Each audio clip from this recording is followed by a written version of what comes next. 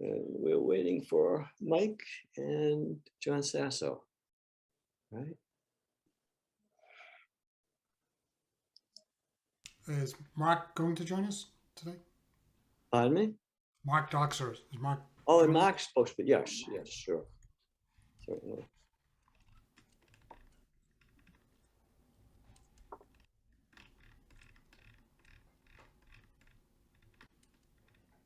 I think John Sasso is always a little bit late because he has something else that he's either coming or, he's just coming back from something or whatever. So we'll give it another couple of minutes for, well, it's 3.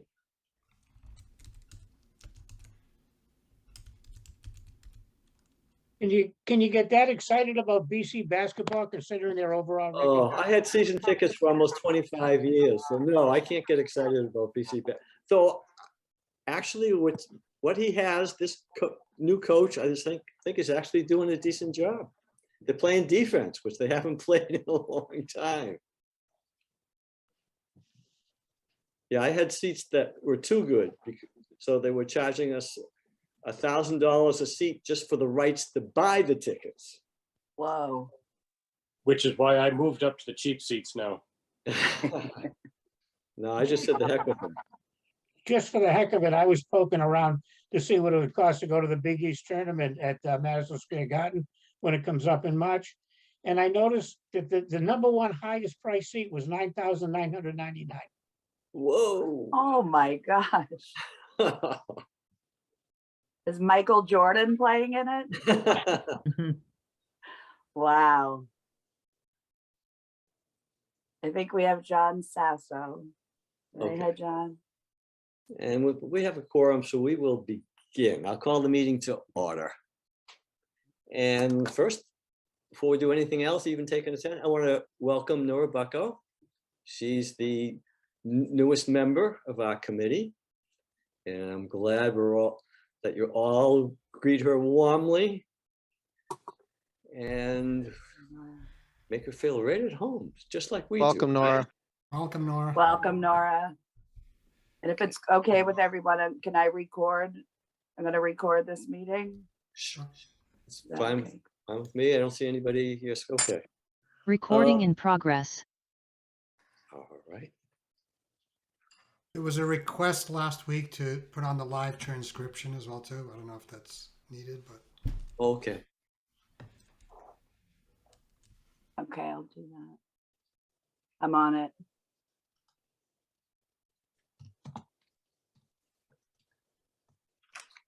Okay. Just want to do a test if that works. Okay. Okay, great. And there's a little note from Mark. He's having a connection issue. So I don't know what else that he's. All right. So we hope that he gets that straightened out. All right. So I'll take it. Attendance. It's the first order. So Ron Assini. Here. John Sasso. Present. John Parsons. Here. Nora Bucko. Here. Bucko, sorry. And Mark Doxer is having trouble, as we know. And Michael Coltman. Here. Oh, Michael is here. And John O'Neill is here. So that's the attendance, 6 present at the time. And Michael, you look like you're in a sun lamp. What's going on? oh, yes. And you're muted. Yeah, I don't know why the color is so far off. I don't want to mess with it just yet. Yeah, when I try to mess with something, I usually throws the whole thing off. So I'm afraid. So I will entertain a motion to accept the minutes of our February 9th meeting. So moved. So moved, and I have a second. Second. Moving second. Okay. Any additions, corrections, or deletions? Seeing none, I will now take a roll call vote. Nora Bucko. What am I supposed to agree to Oh, it? this is for the minutes. Yeah, okay. I know it's awkward since you weren't here at the meeting, though. You did get the minutes, so it's kind of formality, but if you want to abstain, that's fine too. It's up to you.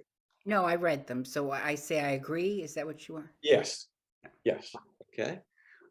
John Sasso, Approved. okay, Michael Coltman, Approved. Ron Assini. Ron? You're muted, Ron. Oh. Ron? Approved. Okay. John Parsons, Approved. John O'Neill approved. Okay, so I think Me, we'll go John. right into, pardon me? Missed Mark me. Goff. I approve Mark's it here. too, Oh, but I'm Mark here. is here, okay. So Mark Doxer, Yes. so we're all here. So the first item of business is taking a look at the two surveys that were compiled. And just a quick, one note I made to myself is that at some point after each one, we need to determine what are the things that are necessary to what our task is and what are the things that would be nice to have. Because I'm also mindful of, when I was working, I was always given surveys to fill out or to talk through to someone. And the length oftentimes determined whether or not how compliant I was.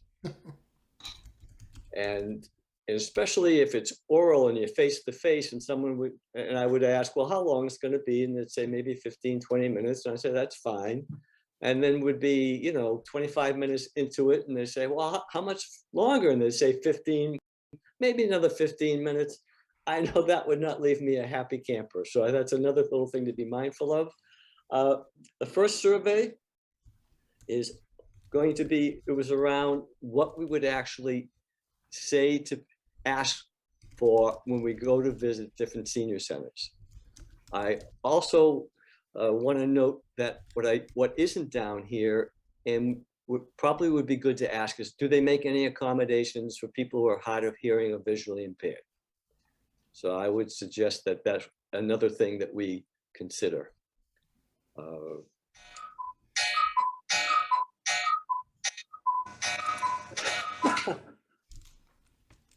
Okay, we have on that note. Okay, as far as something that people feel is, now that they've seen it, they feel is missing that they would like to see. Why don't we start off with that, with omissions, then we could, before we go to saying whether or not some things are appropriate or inappropriate. Any comments along those lines? Which survey are you talking about first, John? Pardon me? Which form would you like to talk about? Oh, I talked about the questionnaire for the senior centers. Okay, for the centers. The site visits. The site visits, yes. So if I Yes. could comment. So John, it struck me that a lot of the questions in the beginning we could fill out before going there, or we could work by email back and forth with the head of the center. I don't know that much of that needs to be, live filled out. I think we can get a lot of those answers in terms of what's going on. And then as it gets more specific, like food service, questions about program space, intergenerational programs, and more of the miscellaneous and open-ended, those seem like they really do need to be either in person or kind of a one-on-one interview. But I was thinking we could probably shrink we don't want to have to spend an hour and a half to fill out the questions, right? So if we could get some feedback early on, I think that would be great. Maybe we can see what's online, or we can ask the folks who are running the center if they can give us a little bit of background information. I think that would be great, and then that allows us to kind of speed that visit up. But I thought that the questions were certainly covered what we've talked about, and are fantastic. So it may be more an issue of, hey, are there some that we can eliminate that we don't need as much information? Or maybe what we do is we create a list of these we have to have, and these others would be nice to have. Right. What are the things that are a priority for the tasks that we're, that we're trying to achieve? So, but that's why I suggested though, however, before we do what you said, Mark, which we certainly want to get to, is there anything, because some people didn't have an opportunity or had the opportunity and didn't submit anything. And sometimes that happens because things are how would I say, sometimes you don't have ideas until you see somebody else's suggestions and you say, oh, and that triggers something else. And it takes off from there. So I just, and maybe there isn't anything. Maybe this is comprehensive enough and we already get down to whittling it down. But what do people think about sending the whole thing out in advance, once we whittle it down? Because to your point, Mark, about, you know, some of the stuff we could be easily, you know, could be easily compiled in advance. Might it be good for someone to see everything that we're looking for? John, if I could comment, so But I believe it was posted, in wasn't the it? packet, Marilyn's See? posted in the packet. All I saw was the agenda. It should have all been together. Yeah, there was a packet and then there was a link, because that's how, We didn't receive a packet. To the best of my knowledge, unless it came late this afternoon, I haven't seen my email yet.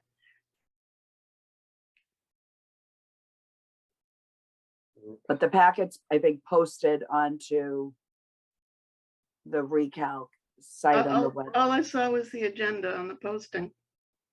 Okay, I could have missed it. I mean, here I can check. So maybe, I don't know, Gene, do you know where was it posted to? Did it get posted to the link that's on the recalc?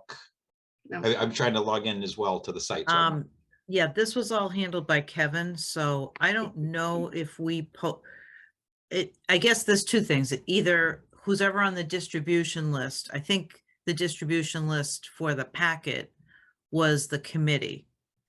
So did you ask to be added, Marilyn, to that distribution list? At the last meeting, we talked about the Council on Aging wanting to have input on the survey, and the agreement I thought was that we could do that in conjunction with the recalc committee, and I'd not heard anything since then.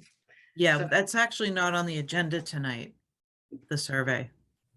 Isn't that what we're talking about here? Survey? No, we were talking about what the committee is talking about tonight is making site visits to senior centers. The survey, I think you're thinking about the survey that we're going to be doing community-wide. That's something that we haven't gotten to yet. Okay, could I put in a request that we be put on the distribution list for the packets going forward? Because we certainly have an interest in all aspects of this. It might even be easier just to post them on the website. Then that way, whoever wants to see them can see them. That would be fine. Okay. Thank you. And You're which web, you mean the town website? Yeah, when we post the meetings, just like the select board post the packet, we can do that and then everything's out there. That But I sounds don't think it's on there now. No, it's not. Okay, well, we can All do right. that next time.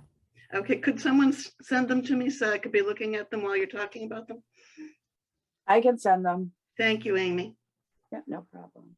Is there anybody else? Bob Holmes, would you like to have, see it? Yeah, I'd love to.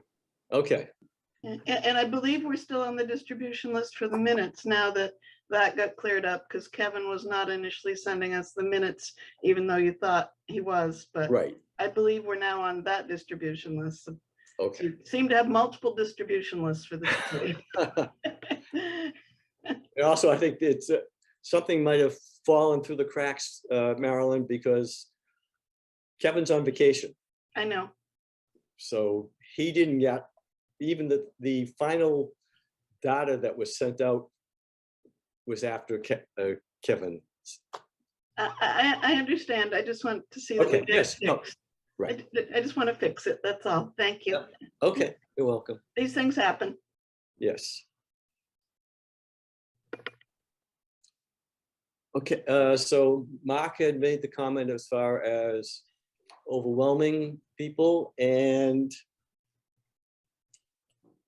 anybody else have any feelings one way or the other on that? Let's see. John Sasso. Yeah, thanks, John. I certainly agree that whatever we end up using from a survey perspective, I guess to comment on a few of the things that have been said, I don't think sending out whatever we do end up with out to the center in advance, especially if there's a lot of stuff on there, maybe that's not a good idea. But doing some pre-work for a visit certainly could help us. And maybe that's something we could, when we really look at the survey, try to identify that, there's certain pieces of public information that we can get without having to actually send it to the center or be there. We could actually get that either online or through other information. So I would say if we do that first, maybe we need a little, for someone that's going to go visit a site, there's the site prep, which is, okay, let's go do some homework and fill in some information before we show up. So I think that's something we probably should take to heart, so that we're not asking questions that we can get answered, on our own.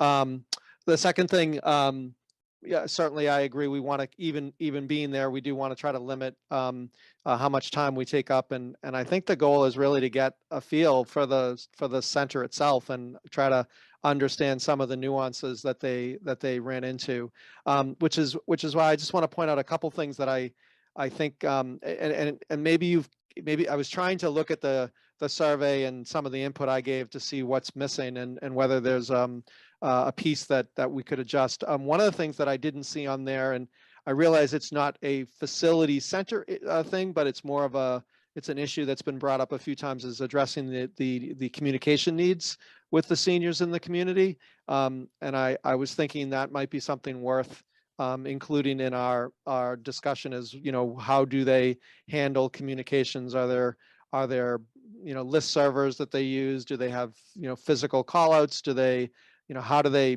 manage that process?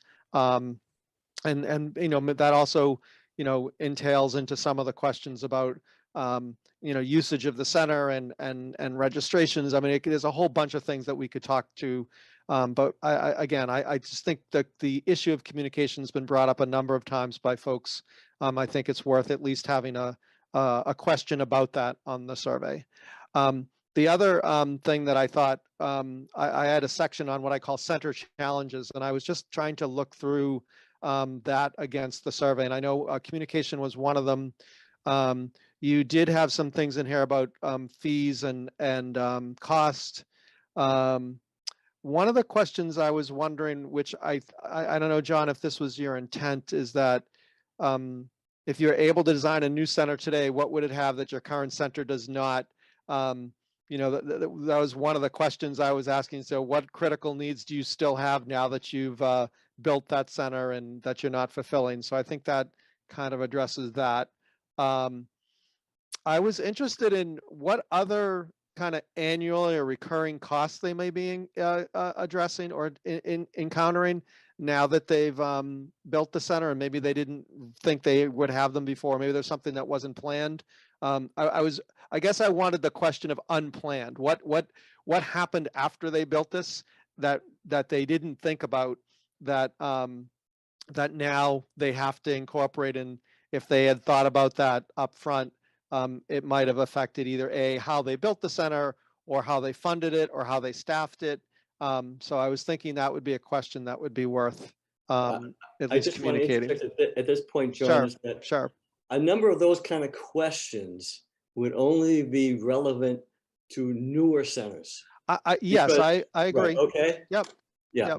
Yep. No, and that's true. I think that, as I was speaking, that's true, that you may have some centers that have been around that they haven't touched for 20 years, and they're not going to be able to answer that question. And so, as part of our pre-work, we should know, is this a new center that was just built, or is it something that's been in the community for 20 or 30 years that they haven't actually touched? Because that will color the conversation about challenges they're having. So I think those are the pieces I was Okay. concerned of adding. Okay. I think for the way we should, the age of the center is one of the questions we should be adding to our list.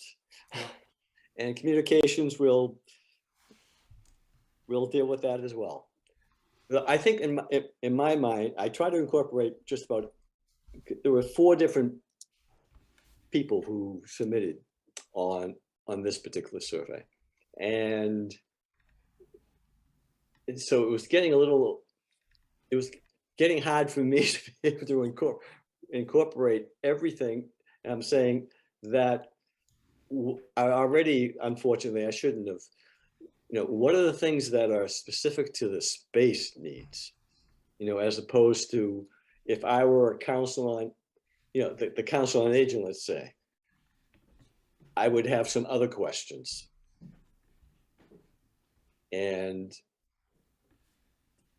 But anyway, other people's, I see hands up for Jean, I say, Marilyn, so Jean? Jean? Thank you. I just wanted to chime in on the pre-work that you're talking about. If there's an interest, I can ask for help from the UMass team that we've hired. When we had our meeting last week, they informed us that they have a robust database of all the centers in the Commonwealth. They collect data. So if that would help to streamline, to build the template, I'd be happy to follow up on that and pitch in on filling that in to streamline this. Great. And Marilyn? Oh, and okay. My hand was just up because I hadn't taken it down. That's all. I apologize. Okay. Nora?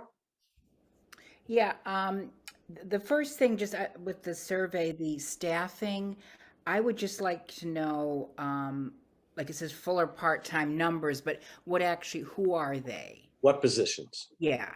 Okay. Is it a nurse, activities director? So, And then the other thing, following up with the communications, especially with the pandemic and the computer needs and the technology, what resources do some of these senior centers offer? I know like we have a Chromebook loan program. I mean, how many computer stations and classrooms and smart TVs and, where are we going with those offerings, I guess? Okay. All right. Michael? So I think that some of the comments, basically parts of the questionnaire are really, check off lists of things that we should fill in from our pre-site visit. But it's all information that we would want to capture and make sure that we have. And particularly I like Nora's comment about who the people are, but also when we talk about the size of the facility, a gym, there's small gyms and large gyms, and there may be pools. I don't know. One of the things that I got in reading about the Newton site was a discussion of, I forget, distributed facilities versus centralized or co-located facilities. Right. I think that is something that would be useful to find out from these people, whether are they, is this a center that then has lots of satellite-like locations? Right, but see, I would say Newton would not be one of the communities we'd want to visit because it's like 4 times the size of Reading. Well, I wasn't saying that we would visit them, but they brought up this decentralized versus centralized as a big issue in their planning of their center. Right, I'm saying that's because they have a large, like, called neighborhoods, distinct neighborhoods throughout Newton with different names. And I think that's you know, so size, so geographically, they will they have distinct population bases. Right. My only consideration is that right now, to some extent, in Reading, we have a little bit of a decentralized model for this, to the extent that we have a community center. Okay. I'd like to capture whether it's important to centralize this stuff, and how do you then use the decentralized facilities? How could we break that down into concrete, measurable, you know, questions that they could have measurable answers to, Mike? The key is, are they running programs at the high schools, at the middle schools, and other particular recreational programs, other things? Okay. And who is running them? Are they, okay. Yeah. All right, John Parsons has his hand up. Just a couple of my thoughts. I think we should concentrate on, when we start visiting sites that are new or relatively new. I think some of the old ones wouldn't give us the information that we need. And I wonder at times if we're not straying a little bit of what our real purpose is when we're looking too much into some of the programs and some of the things that are offered. That may not be as important as the building, which is really what we're supposed to be doing. I see I'm getting at least one person shaking his head agreeing with me with that. Those are just my thoughts. Yep, sure.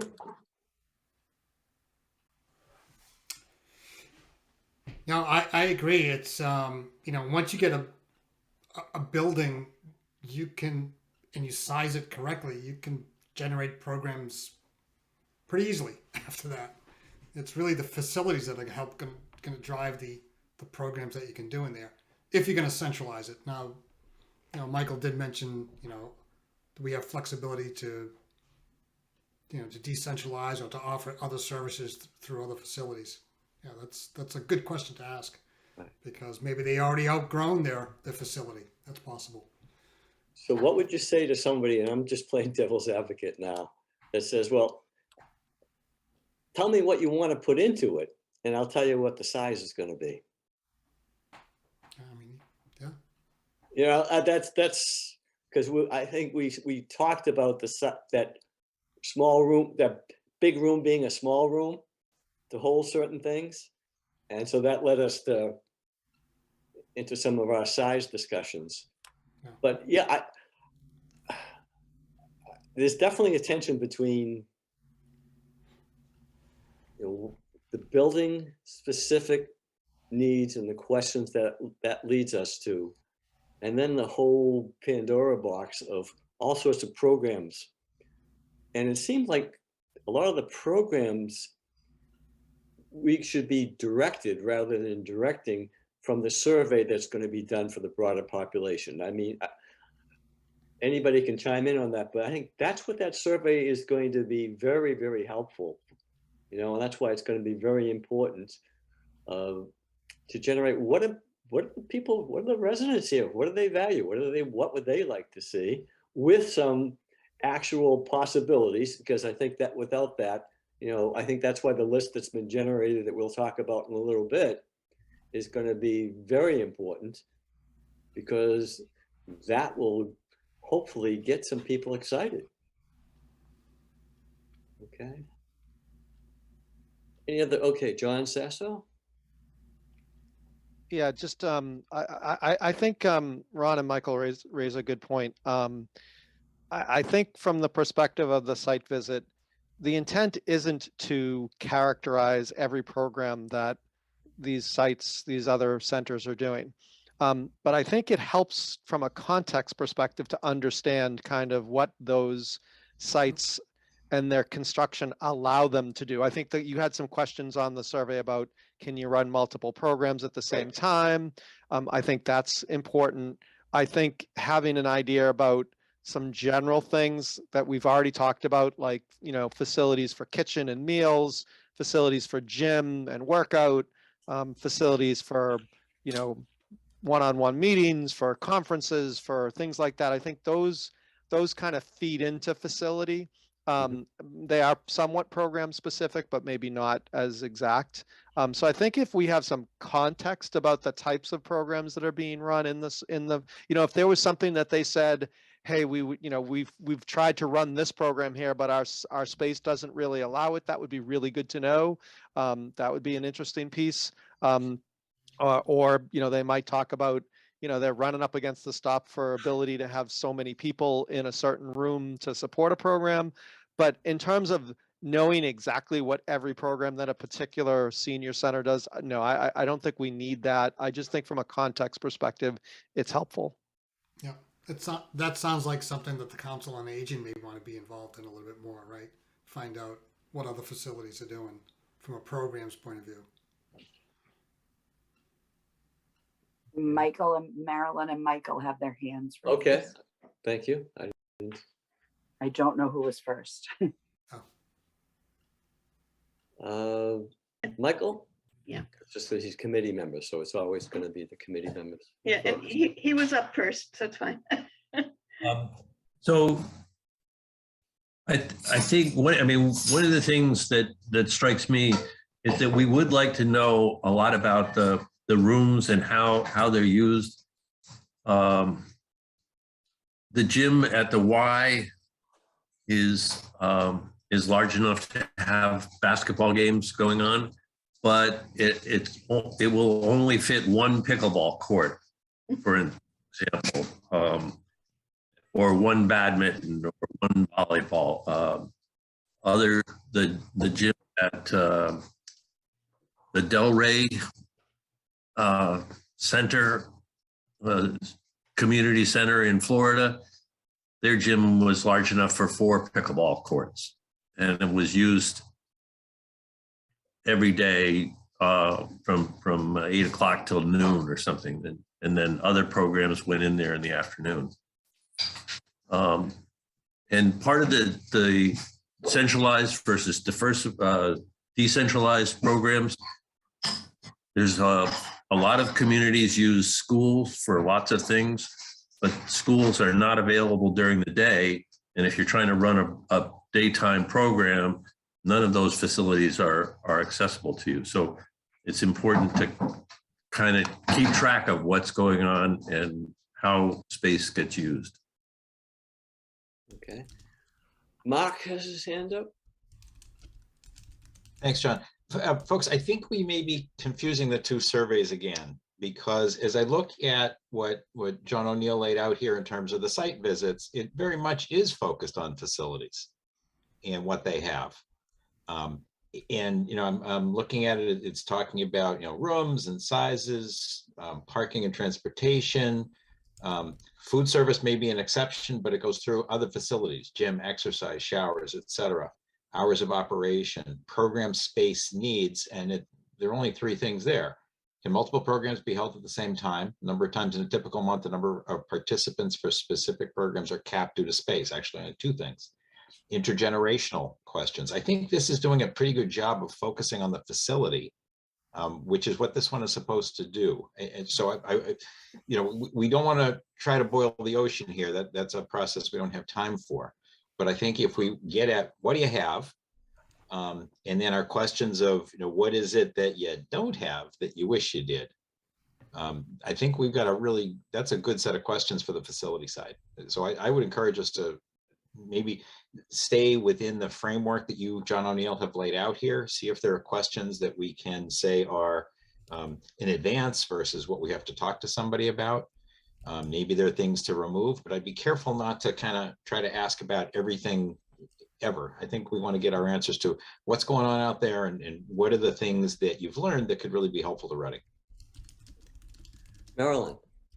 Just a couple of things, just skimming through this. I see wheelchair accessible is there for the bathroom, but wheelchair, I would term it friendly for the entire building. People shouldn't have to move chairs out of the way in order to join a group, things like that. Mm-hmm. So general wheelchair welcoming, I would say. It's more than just what's legally required to be handicapped accessible. It's to make it genuinely a welcoming place for people who have mobility challenges. Well, that's a good point, because that doesn't oftentimes come up, but it is a real barrier. Yeah, and you really notice the difference when you go into a place that has it. It's like, oh, there's room to put my wheelchair there and I'll be part of the group. And Well, even people, the doors, the type of doors that are used yeah, to be able to get into a facility yeah, makes a difference. Yeah. absolutely. And once you're in the facility, to get from one part of the facility to another part of the facility. So wheelchair friendliness or welcomeness, or you might make it broader, simply mobility challenged supports and design, something like that.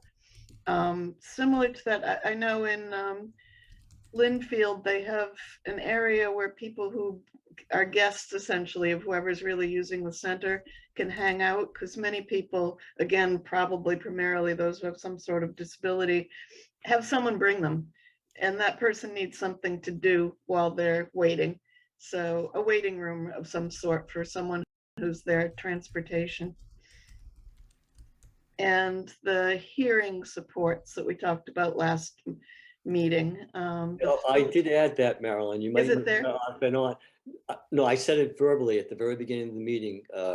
Okay, What are their accommodations for people who are hearing impaired and visually impaired? great, thank you. I didn't catch that part. I signed on a couple of minutes late. Thank you. Those are my thoughts. The other questions look good so far. I mean, it's quick glance, but it seems like you're on target. The general question, a couple of you have mentioned maybe the Council on Aging would have a different view, is I don't have issues with any of these things. I think these are good common sense questions. My broader question is just getting a handle on how other centers, and maybe it doesn't go in this survey because you're focusing on the facility, but I'm just curious how other towns determine what the true need is. How do they know how many people really need this kind of support, and what's the ratio of seniors to square footage or something like that in these things? It might be interesting on that point. There was an article in the Reading Chronicle about Wilmington. And Wilmington is like 2/3 of the way along on a new senior center. And partly is that their current senior center, which is 8,300 square feet, which is larger than Reading, is not sufficient for their 5,000 plus seniors, also less than Reading. And then what they have done for the community is have these like newsletters all about the progress from day one to where they are now, and they're past. So I think it'd be very educational for anybody to take a look at that, because it's a community in some ways more comparable than some of the ones that were referenced in Mark's. If people have had the opportunity to look at the ones that Mark is already providing information that's online that you can check out. And one of the reasons that they state they inadequate for certain programs, and they mention them. They mention A, B, C. Here are some of the things that we're not able to do currently because of the size. And so there's really a lot of good information in that. And I would say that consultants, Gene, that might be worthwhile for them to take a look at that as well. Okay, so we've had some things. So I have, as far as mobility challenge, the wheelchair friendly resources for computers. I'm going to tie that into space, because that's what I think that's really, once again, we want to keep that focus. And the communications that John Sasso had talked about, how they communicate with people. We'll put that in for now. And now, if people are ready, we can take a look at what are the things that aren't necessarily germane, or it may be of interest, but we don't need to know. Are we ready to take a look at that?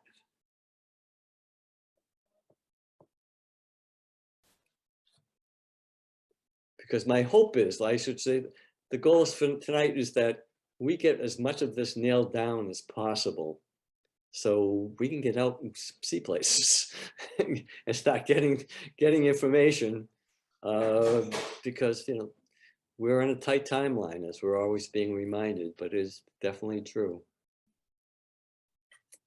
Okay, Ron?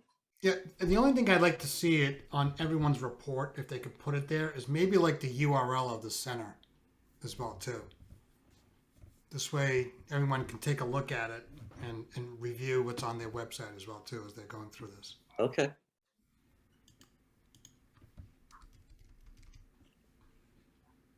We certainly can add that. Marilyn, you have your hand up? Is that one not taken down? Which is it? Do you have something to add? You're still muted.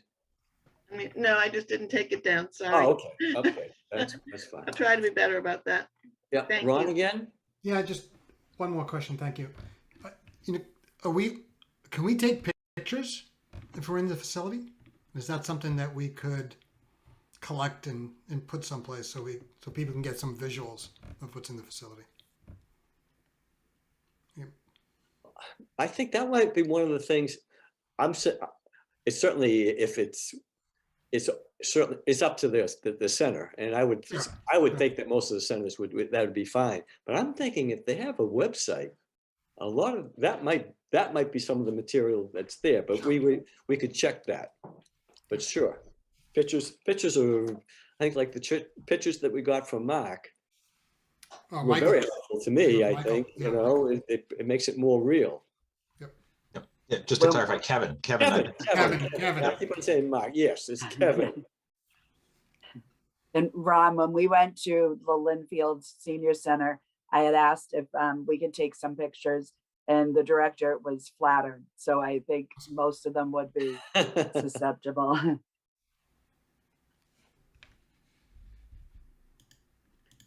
And I want to ask John Parsons, since you have volunteered to be our, you know, to be making some of these visits, are you able or feel comfortable taking pictures? I John? can take them on my phone, and then you people can figure out how to get them off my phone. I can help you, John. Thank you, Amy. Okay. John Sasso. Thanks, John. So just to answer your question, I don't see anything on the survey that I would necessarily remove. I think what might be helpful, given the feedback that you've gotten and the discussion we've had, I was looking at the survey again now with a little bit different lens. And just again, this is my structured brain thinking, so I'll just throw it out here. So there's this section of information that we can collect in advance that's kind of like, you know, the demographics of the survey, if you will, that you know, we should be able to collect from public sources, or as Jean says, maybe from what the BU folks have done, or the UMass folks, I'm sorry. That would be great. And then there's a section where I kind of view it as the checklist section, that, you know, when you're at the center, they're giving you a tour and you're checking off, yep, they have a kitchen, yep, they have a gym, yep. So that's kind of the checklist section. And then there's a section at the bottom that's kind of the discussion section, where these are the 4 questions that we really want to ask and get into a discussion with them about and get some feedback. So I think if we structure it like that, it becomes a little bit less onerous. And a bit more digestible, both from our perspective, i.e. the people doing the survey, and also to communicate to them about, hey, this is what we want to do. We're going to collect some some information up front. You know, if we have discrepancies or questions, we can certainly resolve them. And we would like to take a quick tour. We'll do a little checklist as we go through. And then at the end, we want, you know, a few minutes to ask you some more detailed discussion questions. And I think if we pose it that way and we actually keep true to it, I think it becomes a lot more manageable. So just my thoughts. Okay. Anybody else have their hand up? Let's see, I can't. Okay. So Michael does. oh, Michael? Okay, sorry, I missed it. Michael? All right, I couldn't find the app to turn on my hand. So I think this is a great. I really liked your comments, John, about the different categories of things. There's another category which is the funding part of it all, which I'm not sure how we get that addressed appropriately, and it's sort of, you have a couple comments about the funding and are the fees a detriment, and I'm not sure how we really address what we're trying to get at there, because certainly like a senior daycare program would almost certainly have to have pretty significant fees. But other programs wouldn't have fees, and I'm not sure how any of that is determined. Okay, Jean? Jean? Yep, thank you. So I know that the detail on how some of these programs work, I'm confident that we can get a lot of that from UMass. The bigger picture question about, let's say at the end, the vision that Recalc is bringing forward and the price tag that goes along with that vision is something a little more robust than what Reading has been talking about. The budget document that will be available, I believe, I don't know if it's the end of this week or the beginning of next week, but the town manager is required by charter to submit a balanced budget to the finance committee by March 1st. And in that budget document, there's tremendous detail on commitments and financing projecting out. So I think that would be a very helpful document to review for everyone on the committee to understand where the town is broadly and where the finances are. And there is some mention, I've only seen a draft, but there is some mention of the ways in which a center could be funded. Just kind of a brief nod to it, more or less. But I think understanding the bigger picture of where Reading's at and how this would look and some of the other projects that are going on. I know most people have heard that there's the possibility that there's a school project coming up. The Killam School has been a lot of discussion about that. So having that pretty good overview on the finances through the budget document, I think will be very helpful. Okay. Mark Doxer? Thanks, John. I think that I want to be careful here that we don't go kind of too far outside of scope. I would think we haven't done our job if we don't come back with the needs and suggestions first. Obviously, there'll have to be some, what's possible and how can we do it, but there's still, we're not ready to figure out how to finance what we don't know yet. So I think we really need to figure out what it is first, what we're thinking about, and sure, there's some realities we're going to have to talk about, but we can look to outside funds.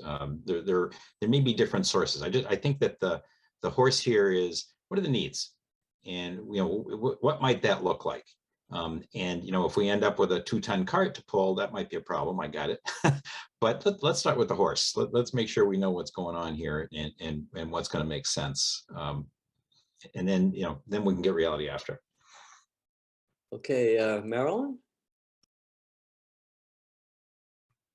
Hi, just a quick point, and maybe you've covered it, in which case that's great, but I don't know if you're including the dementia-friendly folks in any of this discussion and review, but they may have some feedback for you that would be helpful too. Sure. See, also, as far as to Mark's point, that if you have a building, let's put it this, if you have a limited number of programs that you start off with affordability, and make a determination of size on that, then you have no, for the future, there's no hope for growth. Whereas you have this facility with possibilities, not all of which can be filled perhaps at the beginning, though there are other parties, like if you have health clinics, there are some reimbursement mechanisms there. Supportive daycare has reimbursement mechanisms there. So there perhaps there are other ways of getting some monies. But phasing in, it's not like we can get everything we would like if we had the new senior center tomorrow in the budget in a year. But I think if we're pragmatic about it, when we're talking to the people who are going to make the decisions, it's a matter of, well, can we look at this as here's what we would like to see. Here's what but we definitely have to have from the beginning. And then we want to, here's the other things that, and especially if we're talking about a community center. I was talking to Nora, and she grasped on the idea that we talked about arts in here, because the arts community is really has some tremendous needs in town. I can see some of those people getting excited about the possibility about having, a home, instead of having to just kind of be, foster kids, taking whatever time and place they can grab. So yeah, I'm a believer, and let's go for, and I think that's, once again, Wilmington, and I'd be interested in seeing what some of these other communities, the newer ones, as far as size wise, what they have come up with. But certainly, if Wilmington's an example, and that's one of the smaller ones right now, but they're bigger than us. If they felt the need to like double their size, and they have a smaller elder population than Reading, then that's telling us something right there. And I think we should use that to help make our case. Okay, Jean? Yeah, the one thing that the information peer communities listing that we posted to the project website, the Recalc website, when we were going through and talking to half a dozen or so communities, we learned that a lot of communities, and I may have mentioned this before, but a lot of communities have a facilities master plan. And the Wilmington, for example, I did speak with 2 or 3 people from the town of Wilmington, and they said that having that facilities master plan as a guide really helped to get their project identified and in the queue for priorities. And many, many other communities have a facilities master plan. Reading has a capital plan, which is why I was referencing the budget. The capital plan goes out several years, and it's probably the closest thing that we have to that kind of thing. But these facilities master plans are quite detailed, and they get into the square footage. And so Wilmington had that as a starting point. It might be worth noting whether or not those kinds of planning documents exist as the building facility survey is done. I don't know if that is something the group is interested in, but that may be a good bit of information, and we can certainly find that out as part of the demographics piece. I like the way John Sasso described that, getting sort of all of the data together that we can and fill that in long before anybody goes out to the building. If that's a data point of interest, just wanted to throw that out there. Okay. Any other thoughts? I don't want to. Ron. Okay, who? Ron. Hey. Ron Assini. Oh, Ron. Okay, I'm sorry, Ron. So I just happen to be on. I always go to this site for some reason, but the Needham site. Is there a requirement? Maybe this is on the question. Is there a requirement? They have some accreditations, some National Institute of Senior Centers. There is, but it's not required. But okay. Senior centers do it as certainly it's a source of pride, but also more reassurance that they are, doing a quality job. Yeah. Yeah. So is that something that we should add to the questionnaire, or maybe that's on the website already, but is that something, how important is that to them? They are struggling. That might be, okay, we'll add it to the list. And hopefully that might be something that will pop up on the UMass database, but if not, simple questions, not hard to get the information on that. Maybe the question is, why was it important for them to get it? Okay. That's potentially the question. Okay. But we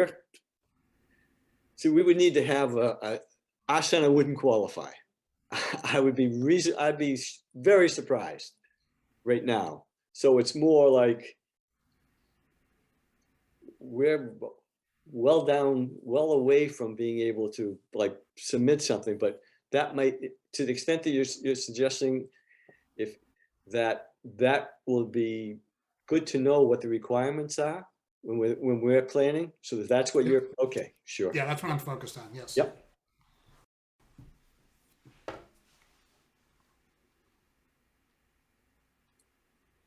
Okay. All right. Anybody else whose hand is up that I'm missing? No? All right, so how to proceed now? We haven't eliminated things from the list. We've added a few things, but we have two ways of that we've seems to be a consensus on proceeding, and that is using the UMass database, as Jean suggested, to get as much information. Between that and going online to see what we can get. And then John Stasso's recommendation as far as the checklist versus the more open-ended, what I would call open-ended questions at the end, and with the idea of a tour would be the time to be able to get a lot of those checklist questions answered, because it'd be readily observable, hopefully. Does that seemed to be, I'm looking to see if, okay, John Sasso. Yeah, so just the other question I would ask in this process is how do we come up with the list of those centers that we want to put on the survey? Is that something we do this first pass of demographics and then pick from those, kind of relevant ones that we think are, in the range of what we're looking at? Or I know we, as Jean has pointed out, we have the peer community list that we've got some data on before. So I think we need to kind of need to do both of that. We need to know which ones we want to look at, and then I think we have to have that survey in a good place, and then we need to do decide how we want to get that structured. So I think we need to take what we have and do that. We actually need to break it up and figure out what pieces we can get up front, and then how to put that together so that I know. We don't know what pieces we can get up front, John.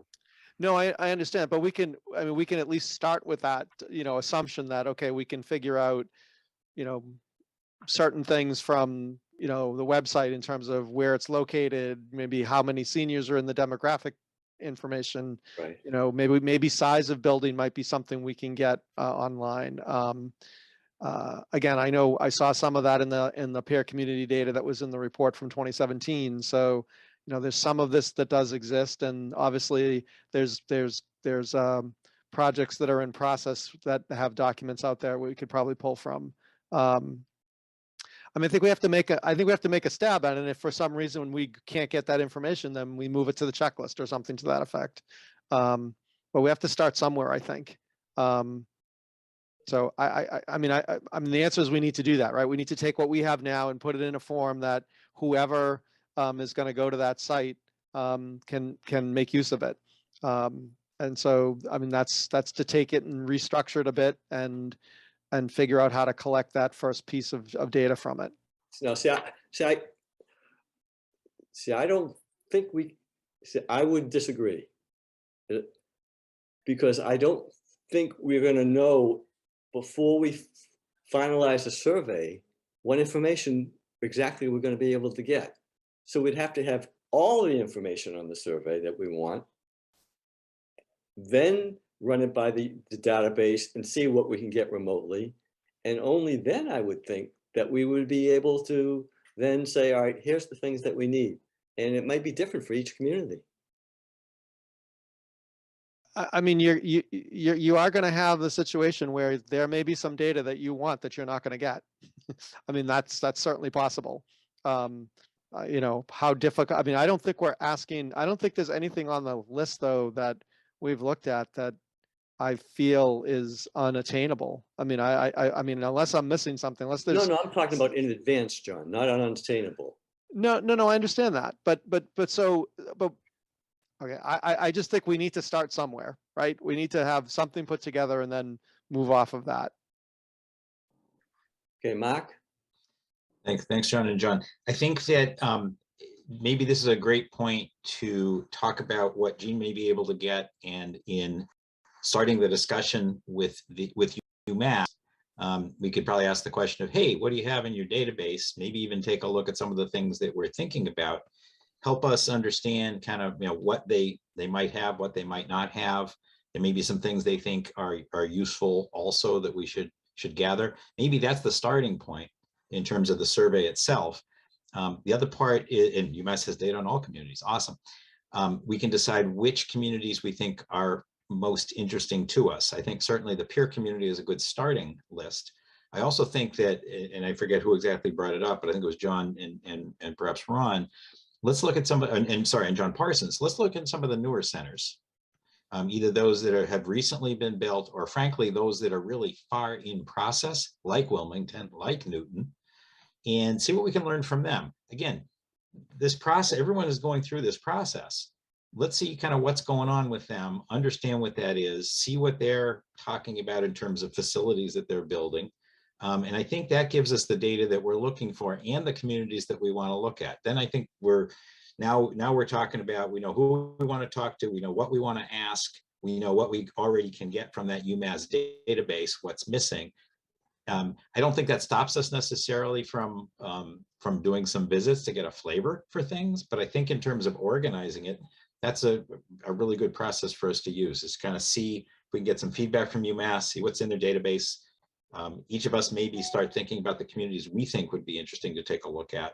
And I think we bring that all together at a meeting and say, okay, here are the ones we want, and let's form a plan how to do it. Who's going to go out there? You know, who's going to take responsibility for which ones, and then go and then do it. I think that might be the right starting point. Okay. Other thoughts? Let's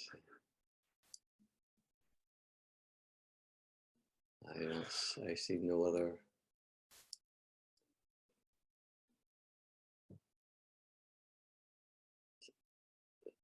So I'm thinking now,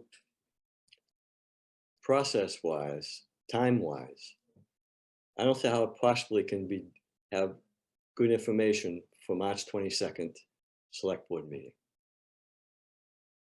Because we're at least one more meeting, if not two, we need to finalize a document, get information from UMass. We have to select communities.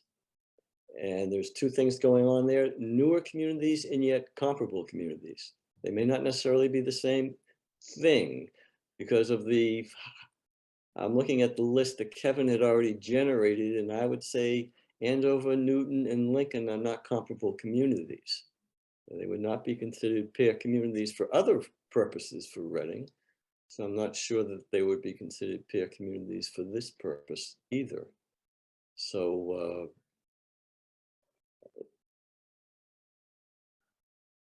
I'm feeling a little bit overwhelmed, people, at the task. Mark. Thanks, John. So I think that what the select board is expecting is an update on the process. I don't know that you have to have done, you know, here are the 10 things, you have to have done 6 of them. I don't think that that's the case at all. I think the scenario is how is the committee approaching this? What are the different things that you're doing? How are you planning to do them? Who's been giving you input? What sort of timeline do you think that you're on? I think that's all that's required for the select board and for town meeting. I think we need for ourselves is our process, is kind of how we're planning to do this to make sure that what we're talking about kind of meets some timelines, especially if we're hoping to have some things pulled together for November town meeting, which I think obviously is much more reasonable in terms of progress than next month. So that's where I think we can kind of get rolling. We know that Jean and Kevin are going to be having a meeting fairly soon with UMass, and then we have a series of input meetings and things like that are going to take place. I think what would be great is to think about what it is that we're looking for from them, like what kinds of information. For example, feedback on this survey, this community center list that we're making. How to go through that. I think we want to be talking about the process of outreach into the community. Part of it is already spelled out in terms of the focus groups, in terms of surveys going out, things like that. Some of that's already been decided, basically. That's what I think, for reporting, I think that's what's required. For us, I think we need a plan that we feel good that, okay, we see that we're making the progress that we need to be making. We're addressing the questions that are being asked. We've got some input that's going to come in. If it's going to be visits and things like that, we need a plan for that.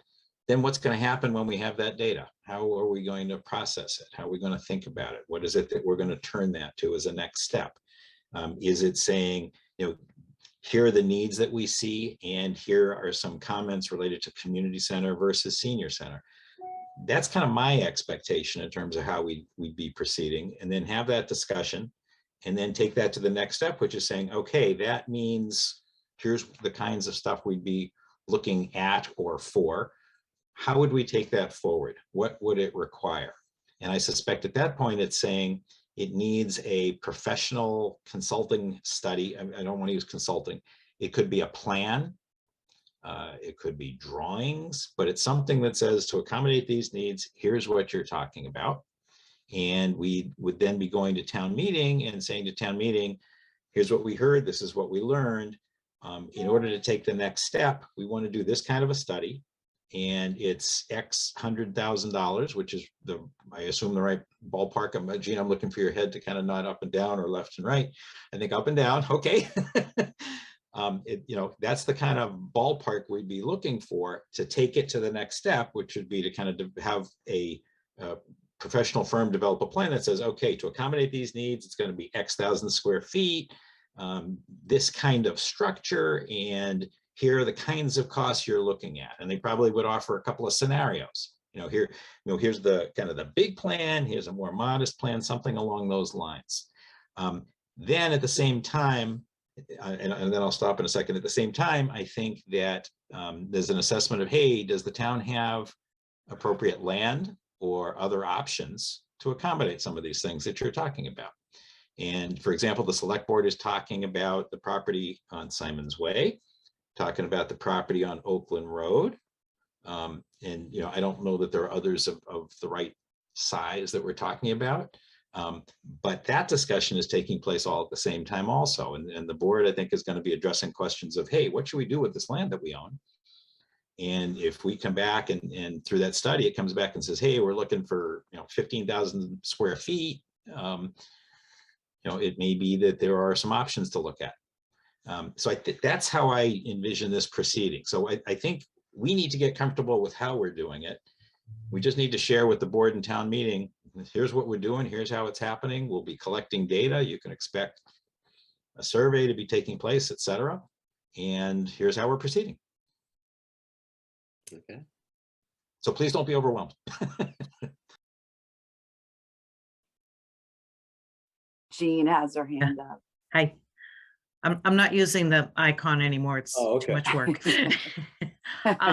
Yeah, I want to echo Mark's sentiments that, this is obviously a really big undertaking, and the town has full and complete confidence in a small group starting the conversation. And the biggest piece of this, and the data, as has been discussed, and understanding what's going on in the other towns is really important. But the biggest piece that we keep emphasizing is the community engagement piece, that Recalc is part of the mission here and part of the charge. And I'm really excited about bringing UMass into this conversation, because they work with so many cities and towns, and they can really guide and be a resource. And they're budgeted for, I think it's 4 Recalc meetings. I'm doing that from memory, so don't quote me there. But it's more than just 1 or 2 meetings. And I think having that resource and having that expertise, having the data, will be very, very good. And taking the time, I know everybody wants to already get to the finish line, but taking the time, it's a little painful, but I think it's time really well spent. And I just want to encourage everybody to hang in there, because I think we're on the right track.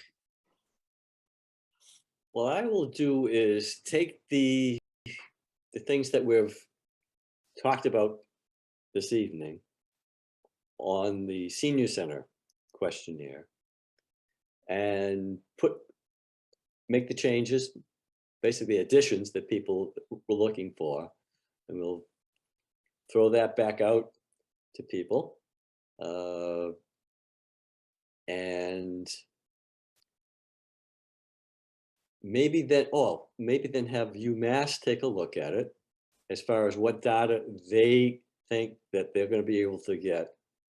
And then I think that we could do what John Stasso's, talking about. We could then have the smaller thing right from the beginning and perhaps proceed. So if that's all right with people, let me see if there's any. I see nobody's hands up. Mark.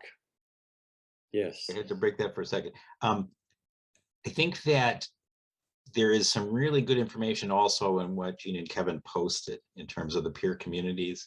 And I heard your comment, Andover's not comparable. I think that they are in a lot of ways, but most importantly, they are in process. And if you look at the study, that actually there's a link to it that has been posted. It talks a bit about their process and looking at the community and the different age groups and the things that they felt they needed to do and why.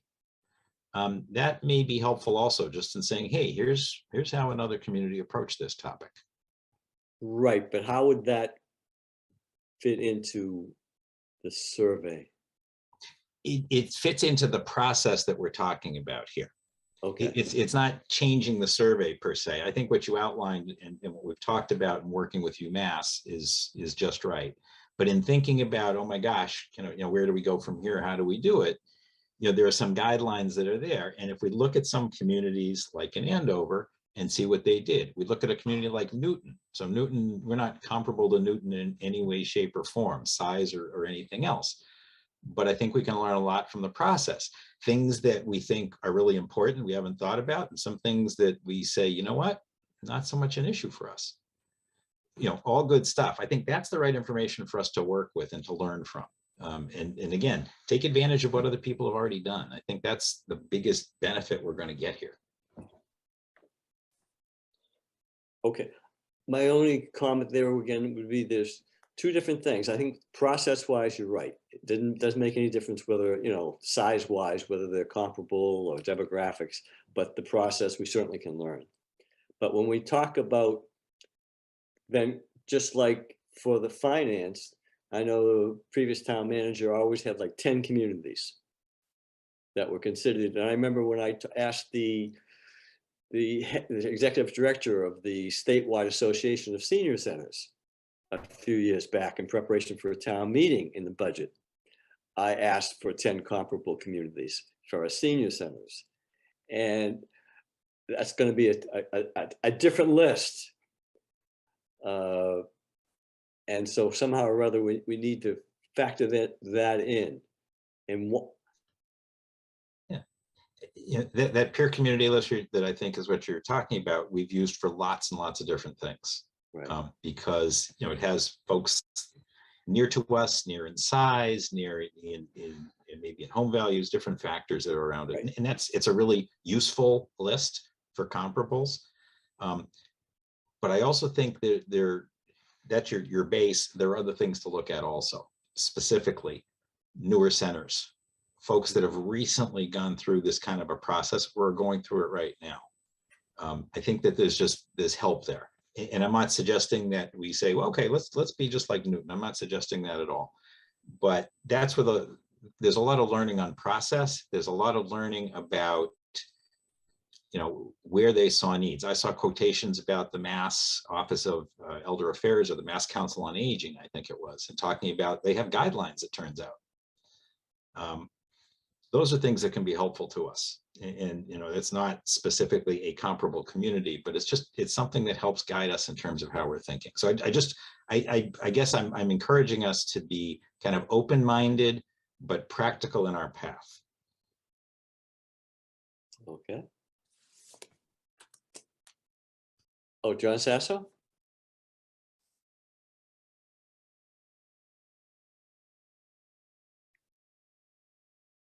John, you had your hand up? John Sasso? Sorry, didn't unmute myself. Oh, okay. So as I was listening to this conversation, I was thinking that, obviously the last few meetings we've focused on, okay, we want to go visit some sites and we want to do some assessments of the other centers so that we can, again, I'll use the word, add some context to what they've done and how that might affect what we would like to see happen. We've talked about the other topic, which I hope we get to tonight, which is input to the consultant to give him some feedback, him or her, them some feedback. But the point that Mark raises is something we've talked about it, but we really haven't really, in my mind, put a stake in the ground about it, and that is process. There, to your point, you were talking about the Chronicle article about the way Wilmington approached this and how they started early on with communication. There's the centers in Andover, there's Newton, there's other guidelines. There's the thing that Ron mentioned about the accreditation as an item to consider. I'm wondering if we've kind of missed in thinking about this. That third leg of the stool, which is we should try to maybe look at some of these other process things that are going on and determine whether or not any of them are relevant. As Mark says, maybe there's something that is an issue that Newton ran into that has nothing to do with us, and that's fine. We don't need to worry about it. But maybe there's an issue that Wilmington ran into that's highly relevant for what we want to do, and we better make sure we do that step in our process, or else we're going to be in trouble. And I don't know what those things may or may not be, but to the point of looking at those types of things, in some respects, that's another.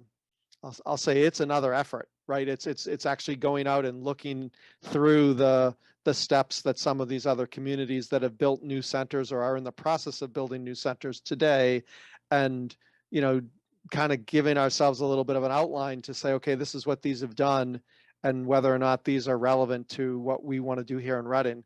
And I think that would be a really relevant thing to put in front of the select board to say, you know what, Mark's saying, yeah, we need to spend $100,000 or $200,000 on design plans. But before we do that, here's this piece of process that this community did, and here's what it did to help them along the process, and here's how it saved them money, or here's how it caused other issues. I mean, we just don't know what we don't know because we haven't spent the time looking at that. So not to raise up more work, but I mean, just sitting here listening, that's the message I'm taking away, is that we've missed something. We haven't consider that, because it's not something we've included in the survey on the site visit. The site visit survey was not necessarily a process survey. It was a facility survey to some extent. We've kind of said it a couple times now. We don't want to sit there and get into a 3-hour conversation with the senior center folks about things that aren't relevant. But I think that was the point that Mark had already made. And there wasn't any disagreement, that process. And that's what Kevin had come up with. And I thought that's what we were all urged to take a look at, so that we would have that sense. So I think it's not something that's been ignored. We haven't had the opportunity agenda-wise, they have a separate thing for it. And maybe we need to do that. We need to put that on a future agenda to go through and look at, you know, those specific pieces from those other communities and decide and describe whether there's a step in there that they've done that we haven't done, or that we need to do, or that we don't need to do. I'm sorry. I think we've talked about it now a couple times, and I'm just thinking of that we've missed it, and maybe we haven't. That's fine.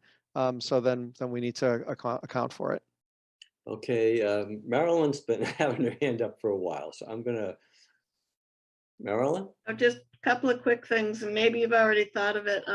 Lexington, I know, has a lovely community center that includes both. I don't know if that's on your list of ones you're considering or not. It is. Oh, great. I was over there. It's lovely to look at, but of course it's more of a building than lovely. It also appeared to have great supporting transportation. It's got a little bus that's not elder services. It's some kind of community bus that makes the route all over the town as far as I can see. The other thing I was just wondering is, Mark, I had sent you and John and Kevin, I think, the AARP link. I don't know if you've looked at the requirements for the age-friendly communities that the AARP program supports. It might give you some insights into that broader question that John Sasso was talking about, of other things that people have thought about. And I don't know of the communities that you're looking at that are comparable, looking at ones that are and aren't in that program. Many of our surrounding communities have joined the AARP Friendly Community Program and made a commitment to certain standards of aging. And I want to take John Sasso, your point on this also.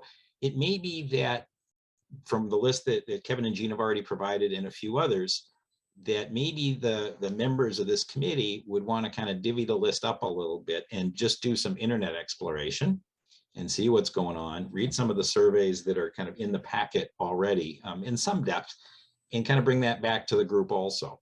And then I think that part of our issue is that, you know, we're and Jean, you talked about it, we feel like, you know, we want to go fast, but we got to kind of figure things out a little bit before we're able to do that. I don't think it means stop. I know it doesn't mean stop, but it means get some guidance and get some feedback. The opportunity to get some feedback from UMass, I think, is imminent. Yes, Jane? Like next week-ish? So, I mean, maybe not next week, but pretty soon. And that would be great. That'll help us. Okay. Jean? Yeah, thank you. I just want to make sure the committee's aware of that. Kevin and I did meet with the representatives from UMass. We met last week. So so we do have a loose framework on how we're going to do this, and we are they are very anxious to meet with the group and get something on the calendar. Let's do it. All right. Mindful of the time, we'd want to at least begin the discussion as far as questions for the consultants, since we want to meet with them as soon as possible. Okay. So I will do another go at this and send that out, and well, send it. We'll have the consultants take a look, and then after that, and I think you know, I like Mark's suggestion. I think it would, rather than say to everybody take a look at all these, you know, the ones that have been identified that have undergone the process recently, that we divvy them up, and people are charged with, you know, maybe it's easier to do one than if you say, well, look at them all, and, you know, come up with a nice summary for us with some of the questions that John Sasso was talking about, you know, process wise, what were the key things, what, you know, perhaps that you would have liked to have done a little bit differently, but what was your process? What were the highlights of each of those communities' process? Because we're talking about ones that were successful or just on the cusp in Wilmington of being successful. So whatever they did worked for their community. So that would be a good starting point for us. Okay. All right. So next item is the survey input to the consultants for the townwide And who would, like John Sassy, you want to kick it off? It's basically, so people should know, it was John and Mark carried the water on this one.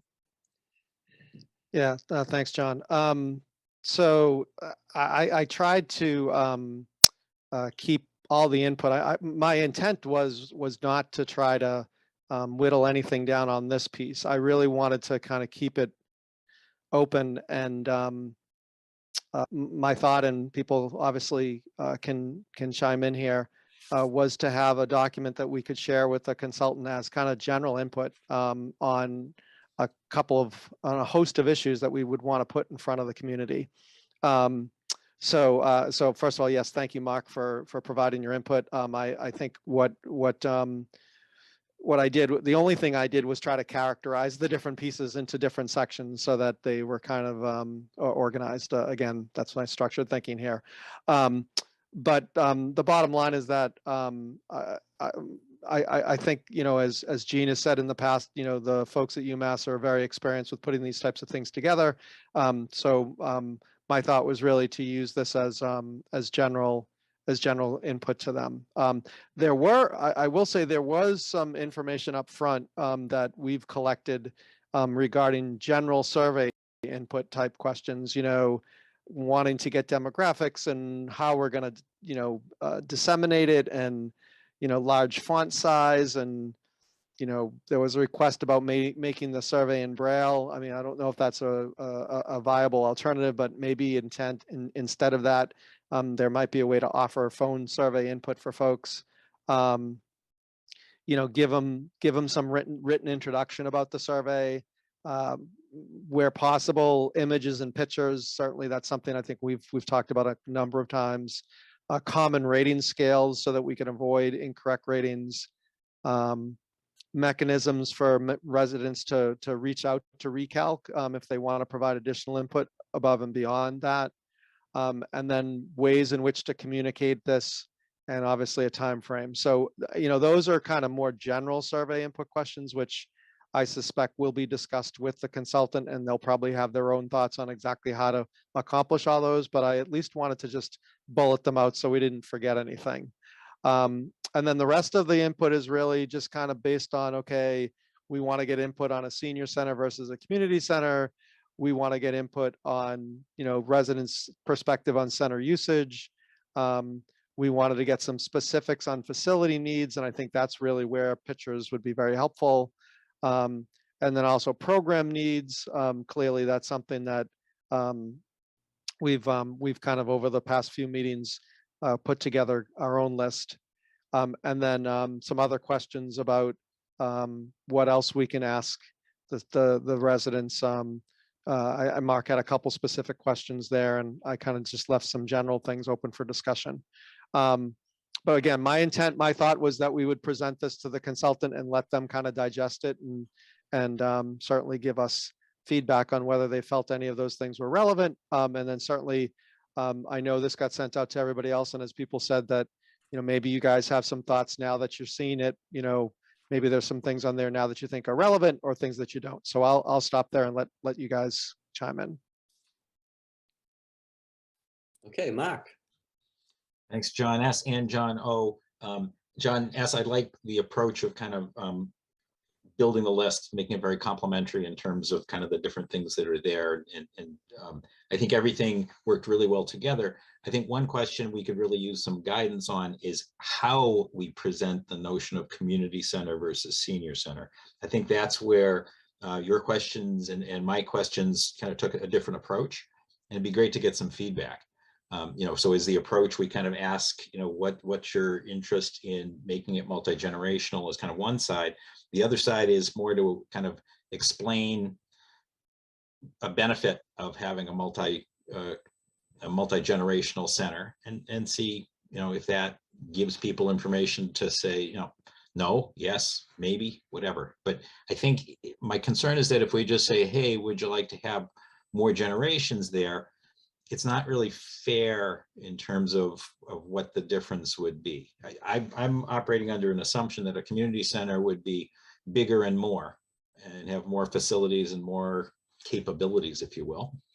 And I think people would need to understand that before they pass judgment on if it's interesting or not.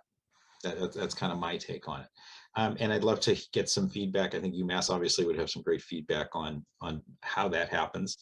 I think also I would be happy to take on reading through some of the feasibility studies and things about a couple of the multi-generational centers and just see what I can learn from that, even before we ask them in-person questions. Other than that, I think things were very complimentary in terms of what's going on, asking lots of questions, understanding how, what people are looking for. I mean, there's one question toward the end that I think would be really helpful kind of after the facilities, which is, what are the needs that you see for seniors in our community? How well are we currently addressing them? And allow people to, indicate, and there's a list here, the different kinds of programs from what we discussed as a group at our last meeting, and understand how what the level of interest is in them. I think that may be one of the most helpful inputs that we're going to get. And it may be that we can translate some information about facility size and capability from those answers. So that's what I thought might be helpful toward the end here. And then the communication came up, and the last one was, what else would you like to tell us about how the town can better serve seniors?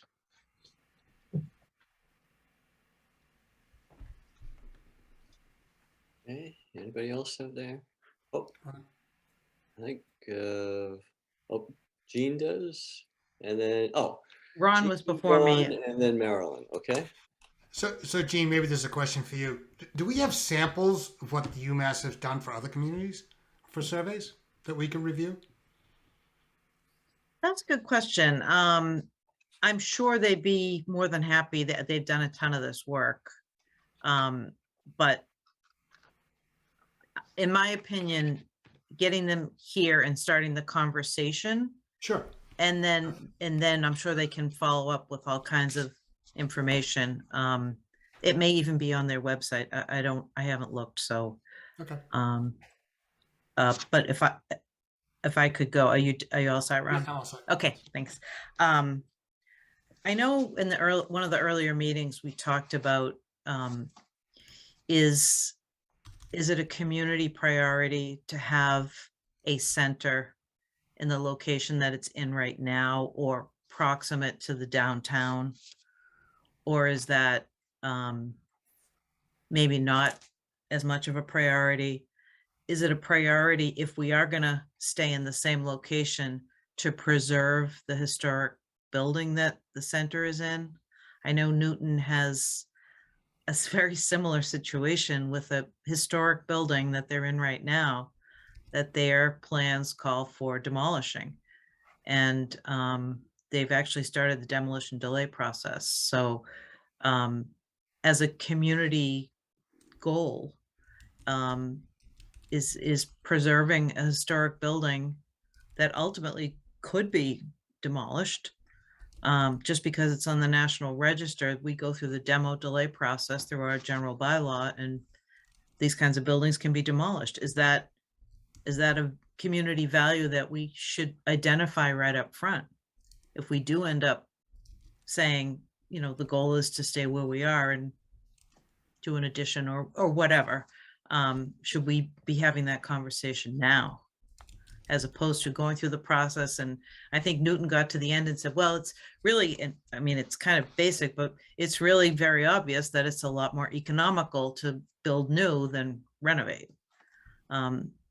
But these are some daunting questions that I'm sure people will have a really hard time deciding. But I'm sure if they're worded in the right way, we can try and get the pulse of the community. Is it important? Is this a community value? And how important is having a center in the downtown? And what does that mean to the community to have a people generator in downtown? A community center in downtown Reading is a people generator. And does that have a spin-off benefit that the community wants to place a value on? For example, the city of Melrose has the YMCA in their downtown. And when I've talked to my colleagues in Melrose, they tell me that the biggest draw to downtown Melrose is the YMCA. So it's that kind of thing that I don't think it's in this draft, but I know we've kind of bantered that around. Does it matter? Do people care? Those bigger questions maybe, and I don't know if this is the right time, but there's going to be a lot of discussion about that as we get into it. Thank you. Take over Walgreens. I've already had a couple of unsolicited telephone conversations with non-members about that very issue, Gene. Several people feeling very strongly it should be there. I know John Parsons has indicated to me that he thinks most people drive, so that it isn't as much of an issue. I know, talking to my wife, as far as that little location being a good location, but maybe we could do something with that building. He said, that's a historic building. But the reality is that building is multi-level, and the more I think of it, that's probably going to be very difficult to be able to, if you wanted to renovate it. That'd be a challenge, but that's not going to be an easy thing. Yeah, but I think those are things that we'd like to be able to get to the point, like they were at Wilmington. They were deciding among 4 different sites, and some of these questions came up. Boy, if we got to that point, I'd be thrilled. But yeah, we'll be, certainly be mindful. But the location, as opposed to the specifics as far as that building, location as far as central versus, yeah, that's something that I think we already had in the survey that we're going to talk about senior centers, and certainly that's going to be a big issue, because I don't know if people want to. Simon's might be nice for the town and available, but do you want to be? I've coached and refereed so many soccer games there, and with the shooting going on all the time, it kind of like makes you jump, especially if the people are newer to the area there. But maybe you could soundproof it very well. And then you could do something to transportation. See, transportation becomes more or less of an issue. If you think in terms of it, downtown, there's more and more people, and a number of them are older people who are living downtown, and more will be moving with more things being built downtown. And wouldn't it be great if people have fewer reasons to be using their car? And there's people, a couple of people who have talked to me on the phone said too, it's kind of like, if you are going to make the trip downtown, it's great to be able to go to the senior center, the restaurants, or buy a book at Whiteland. That, as Gene said, it's kind of like then promotes activity, and that would be, I think that would be something, that would be a plus too, if we want to get the business community behind this effort at some point. That this is not just, if you talk about, performance of different kind of musical performances, I know we've mentioned that in the past. That would be an attractive feature, and the library has some, but the library is book solid. And the rec committee has indicated that they don't have enough space for the things that they would like to do. And we're not that this building could provide the needs for everything, but it could, done right, we could provide certainly more than we have now for a lot of different people. And that would be a nice goal too, if we could achieve that. And I'm sure the library, I shouldn't speak for the library, but the library people seem to be always willing to work with other groups. And I think this would be something for them too, that we could have a more coordination of all the meeting spaces in public meeting spaces in Reading. That would be good. All right, other things on the particular survey are the inputs that we want to provide to the consultants. I see Anything else? Marilyn has her hand up. Okay, Marilyn, sorry. No problem. One is just a procedural. Is the survey going to everyone in the community, or, okay, so we'll get families who have elderly family members, because they often can be more articulate about what the needs might be than the people who actually need it. So that's great. Thank you. And just on the facilities list, things that you were listing again, I saw mention of handicapped parking. It's actually on there twice. Just handicapped accessible space in general, things like handrails, bars people can hold on to in the exercise room aren't so steady on their feet, things like that. It's really making the whole building supportive of someone who's got some mobility challenges. And it's not just necessarily wheelchair bound people, but the knees aren't as strong as you get older and balance isn't as good, things like that. Right. I did write that down, Marilyn. That Okay. mobility challenged friendly building. Okay, all right, and handrails everywhere. Well, that would be part of it, sure. Okay, and the other question I just have is, and I don't know where it fits, but I'll throw it out there. We hear all the time that people have no idea about the programs that are currently available in Reading. My neighbors tell me about it, everybody tells me about it. And we still are not ready to send out any kind of what's available in Reading. Because, before they start assessing what they need that isn't there, some of it might be there. They just haven't got a clue. Because, who would think to look on the town's website for some of these things? And John Sasso had asked that be reincorporated into the basic survey too, to see how they do communicate. So great.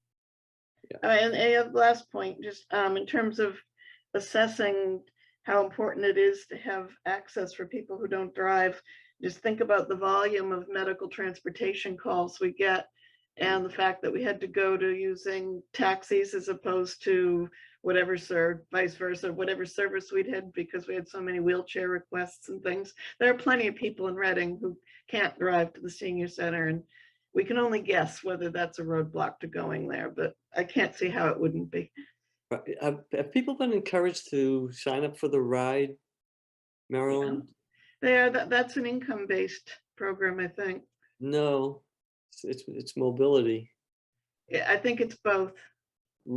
Right, there are some things that, yes, but yeah, and again, John, we have no way to encourage them because we don't have any outreach, which is another whole argument. But I'd be happy to encourage them. It's just, again, we need an active outreach program, and I understand the limitations of the right now we wouldn't want to necessarily encourage them to go to a building that they would have a hard time accessing. I understand. It's a catch-22. But for some things like that wouldn't strain the center. That just would help older people in the community if they were more aware of what was there. That's Right. all. Yep. So anyway, that's my 2 cents worth. Okay.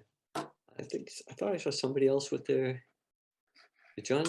Yeah, John me. Sassen. Okay, Sorry. John. So just a couple of quick things. So first, I did include a question on there about the downtown location as a priority or not.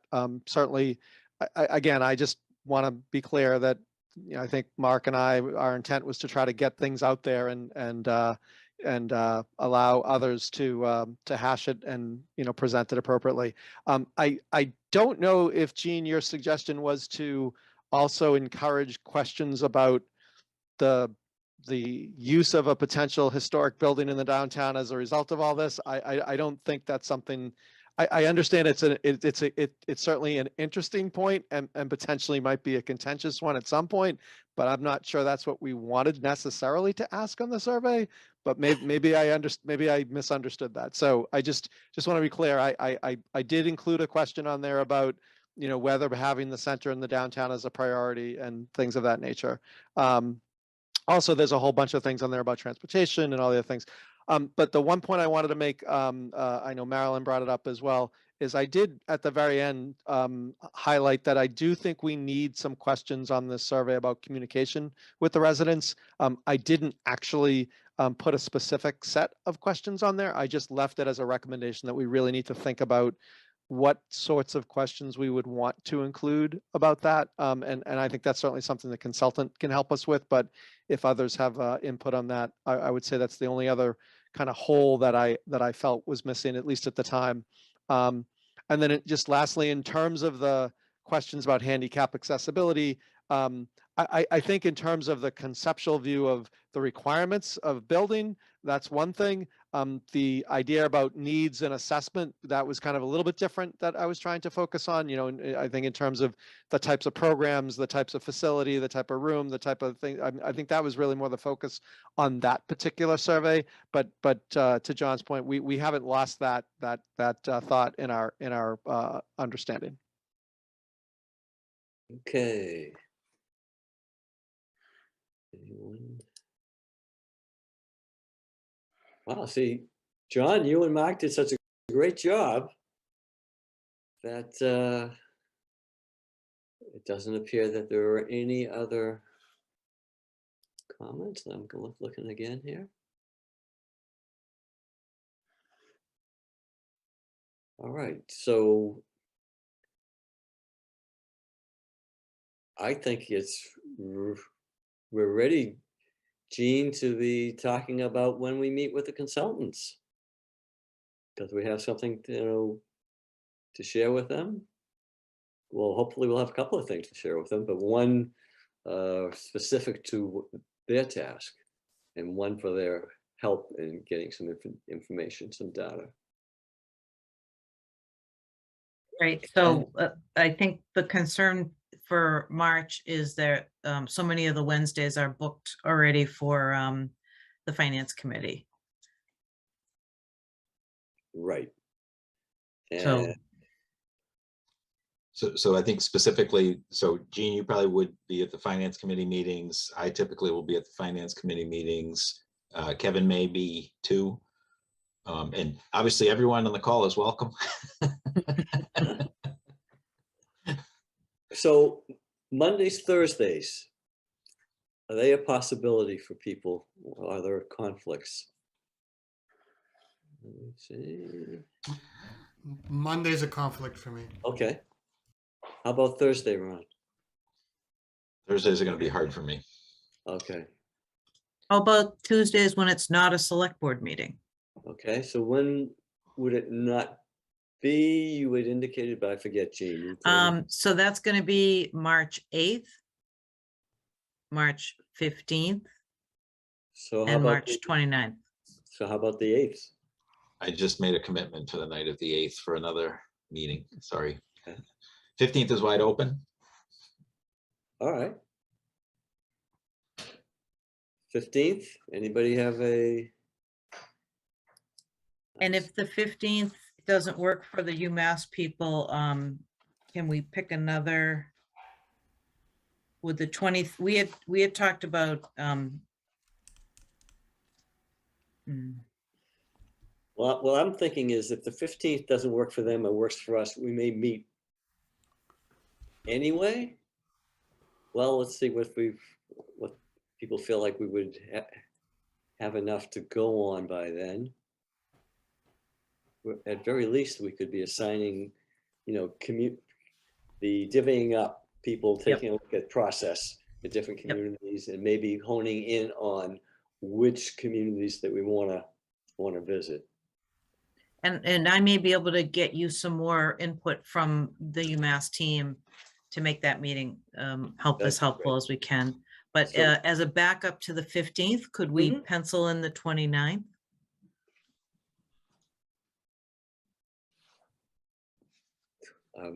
Mark has his hand up. How about, let me see, are there problems with anybody else?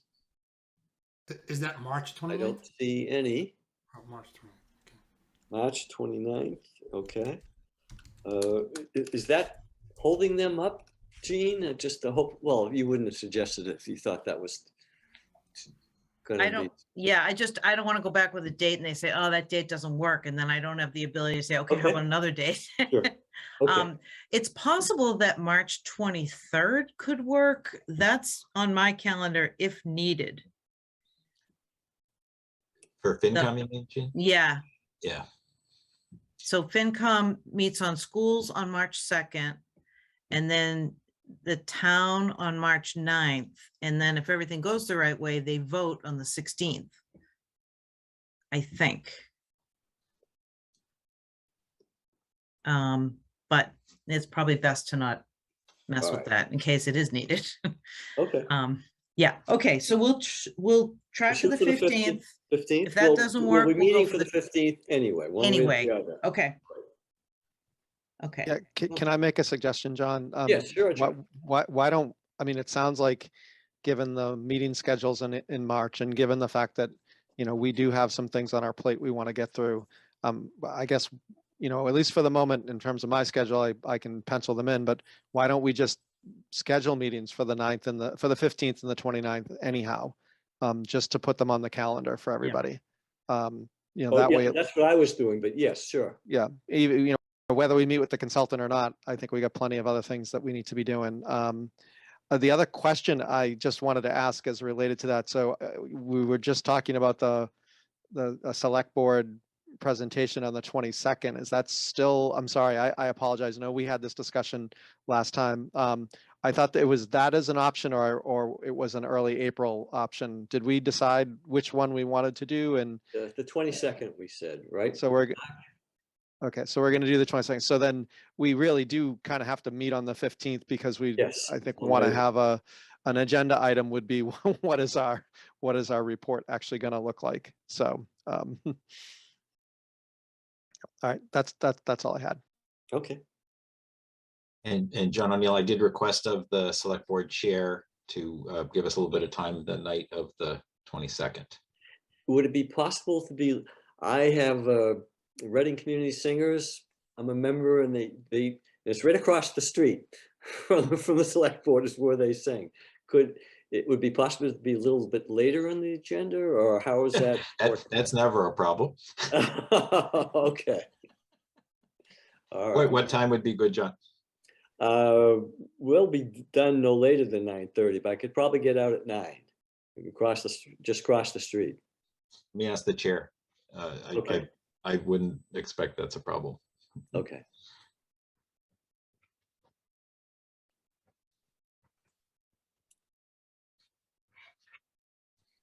Not that I would prefer singing to, you know, addressing the select board, but Oh, maybe you can do both at the same time. that could be a threat that I could hold. Yeah. Yeah, they need my Irish tenor voice, you know. Okay, so we have a date for the next meeting. Is there anything else that we need to accomplish this evening? I'm gonna make sure I'm not missing anything. Could I Yep. be a pest and suggest we look at April? Because April is one of the most overbooked months in the calendar for those of us in local government. Okay. And I know we keep saying that we're hoping to get this survey going. I don't know if we'll be ready by then, but on the off chance that April is the month that we try and get a joint meeting with the Council on Aging to talk about the actual survey. I mean, I know it's looking way out, but even having a hold so that if we're there, we're there. If we're not, okay. But we got a holiday, we have town meeting. All right, and we have the Select board only meets once. We have an election. It's a pesky month. all right. So do you have is Wednesdays now back available? Yes. Okay. And that seemed to be a time when people didn't have a problem with, there could be a particular Wednesday where people might say, well, let's toss out, you obviously have a calendar in front of you, Jean? I do. Okay, what would be a possibility in April? I would say getting the meetings before town meeting would be helpful if that works. So for example, All right, because then there were Monday and Thursday would be tied up. right. So Yeah. say Wednesday, April 6th, maybe Wednesday, April 20th, maybe.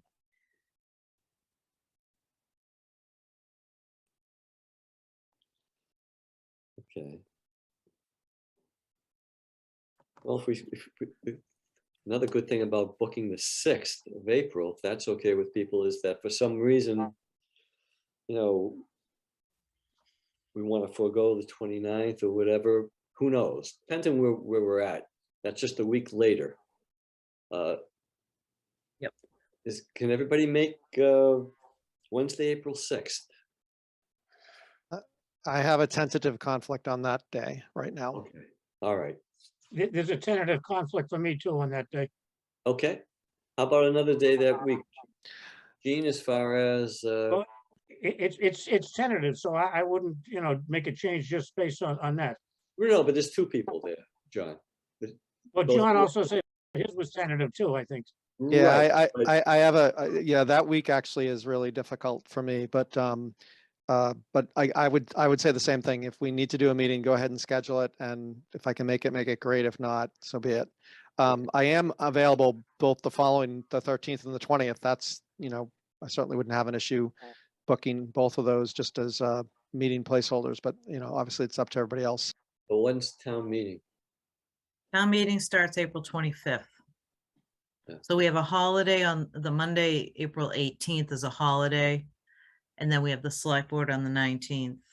And then we start town meeting on the 25th. And we go for at least, I'm guessing, at least 3, maybe 4, could be 5.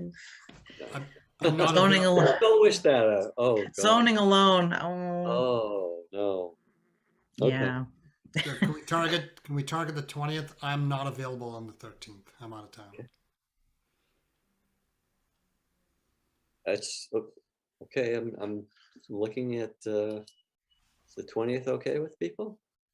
Mark Doxer, yeah. Nora, When was the election? When's the election? April 5th. 5th. Okay, thanks. All right. So that was April. Remind me again. April 6th and April 20th. 20th. Okay. We'll just put a hold and, All right. So we have That- 4 meetings really- scheduled. That's Yeah. good. yep, that's great. Thank you very much. Okay. So now I will, unless there's any further pressing business. There's nothing, can I just ask Mark a quick question? He's mentioned property on Oakland Road a couple of times. Every Mhm. time I drive down Oakland Road, I look around and say, where? Oh, Do you see woods there? yeah, John, do you see woods? But at That's the what very we're talking beginning, at the very beginning, right. That's So- the woods. there's not, it doesn't seem like there's that much room down there. So the good news is that there Second. Okay. Second. Oh, that was quick. All right. I'll take a roll call vote. John Parsons, Yes, John Sasso, Yes. Michael Colton, Yes. Nora Bucco, Yes. and John O'Neill. Yes, and I am missing someone. Hey, Ron and Mark. Oh, Ron. Okay. And Mark. Yes. Okay. The meeting is adjourned. Thank you. Thank all. you, everybody. good night, John. everyone. John, Hey, everyone. Good night. John, Nice can to you see you, stick Nora. around a Thank you, second? everyone. Thank Thank you. you, Hey, everyone. Night, Bob, Bob. could I get your email, please? Yeah, and Bob John, Holmes. John, can you stick around for 2 seconds? Okay, sure. Okay. And my email you wanted? Yes, just so I can send the packet to you now. I Oh, didn't sure. want to interrupt. It's my name, Robert Holmes, HOLMES 630 @gmail. Okay, great. I'll send that on. If you guys want to stay, I think I have to stay, right, Jean, to make sure. Okay, I'm not being a spy. Yeah, It's it's okay. it's because it's on a Zoom. It's Yes. Pleasant Street, and it's being recorded. Yes, Okay. Just so, NRC TV is still here. yes. So we won't tell any dirty jokes. All right. Other than that, talk away. All right, so as of, there's no schedule, correct, for any senior center visits? No, not yet. And when we're talking about the consultants, everybody has said UMass, but I'm guessing there's something more formal than just the word UMass. Oh, It's the same consultant that wrote the needs assessment. So you can go right online, and if you go to the Elder Human Services page and you click on the Yeah, I saw that. Pleasant, Gerontology it's that tab. same group. You can just Oh, cut right, and okay. paste it from there. Okay. And I feel like the word survey was used like interchangeably for a bunch of different things. Yeah. Right. So there's a survey that you guys are going to put together that's going to go out to residents, correct? Yeah, so there's three things. There's a community survey that we're going to do in conjunction with UMass's help to get the pulse of the community, to get feedback and do community engagement. I kind of saw a schedule that looked like it was that May, roughly? We have some, we don't know if we're going to get there in May. I wouldn't go by the schedule that's online. Okay, But so community survey. we're going to do a lot of other work before we launch the survey. We want to collaborate with the Council on Aging, and we want to have at least another community, whether it's a focus group or we're going to do focus groups, we're going to do public meetings. We want to have some of that feedback as well. So the whole community outreach effort will be a multi-pronged approach to get feedback. When the survey goes out, it hasn't been determined. Okay. So that's the community survey, basically the community feedback. And then we're doing, when we were talking about what's going on with the other facilities in the other communities, that's really a facilities site visit, where we're going to try and build some data into like a fact sheet, and then go through this checklist that John Sasso kept talking about, and hopefully get a tour and be able to fill in the checklist, and then try and drill down into a handful of key questions with the people from the other communities. So data collection is part of the mission of Recalc. So that falls into that category. Yeah, okay. All right. That was it. Beautiful. Thank you so much, Bob. I just emailed you the packet. Oh, all right, great. Thank you very So you much. should be getting it. Thank All you, right. guys. Thank you. Have a good night. Okay. Good Thank you so night. much. Bye, guys. Bye-bye.